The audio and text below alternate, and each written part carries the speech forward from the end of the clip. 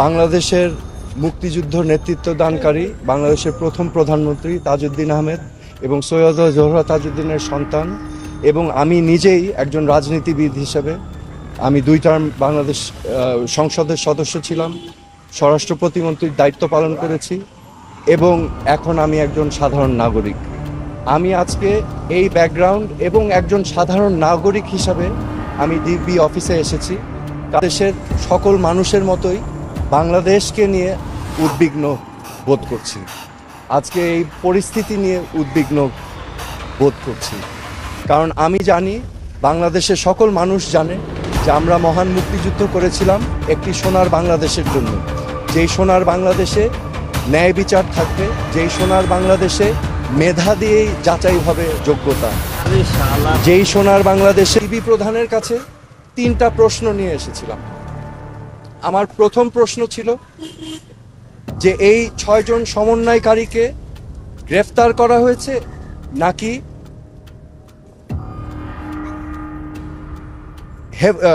Safe কাস্টাডিতে নেওয়া হয়েছে। দ্বিতীয় প্রশ্ন, যদি অ্যারেস্ট হয়ে থাকে তাহলে আমার কোনো প্রশ্ন নাই, আমার কোনো দাবি নাই, কিন্তু যদি সেফ কাস্টাডি হয়ে থাকে তাহলে আমি তাদের সাথে দেখা করতে চাই। ডিবি প্রধান আমাকে পরবর্তীতে ঊর্ধ্বতন কর্মকর্তা কথা বলে উনি আমাকে জানিয়েছেন যে এই 6 সমন্বয়কারী যেহেতু তাদের নিরাপত্তা নিয়ে উদ্বিগ্ন ছিল, সেই কারণে তাদেরকে সেফ কাস্টাডিতে নেওয়া হয়েছে। এই কথা শুনে আমি প্রশ্ন করেছিলাম যে আপনারা কিভাবে বুঝলেন যে তারা উদ্বিগ্ন তাদের নিরাপত্তা নিয়ে? তারা কি আপনাদেরকে জানিয়েছিল, রিকোয়েস্ট করেছিল? আমাকে তখন তিনি জানিয়েছেন না, ওনারা বুঝতে পেরেছেন মনিটরিং করে।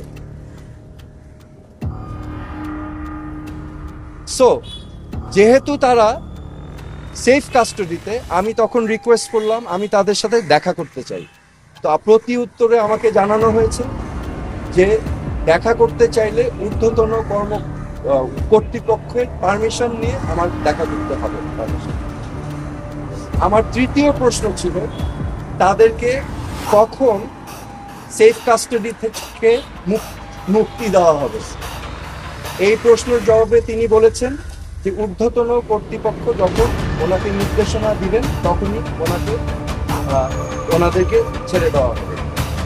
সো আমার প্রশ্ন এখন, সেফ কাস্টাডি আমার জানা মতো একজন নাগরিক যদি রিকোয়েস্ট করে তাহলে সেফ কাস্টাডিতে নেওয়া যেতে পারে, কিন্তু রিকোয়েস্টের বাইরে যদি কাউকে সেফ কাস্টাডিতে নেওয়া হয়, এটা কি আসলে সেফ কাস্টাডি না এটা অ্যারেস্ট?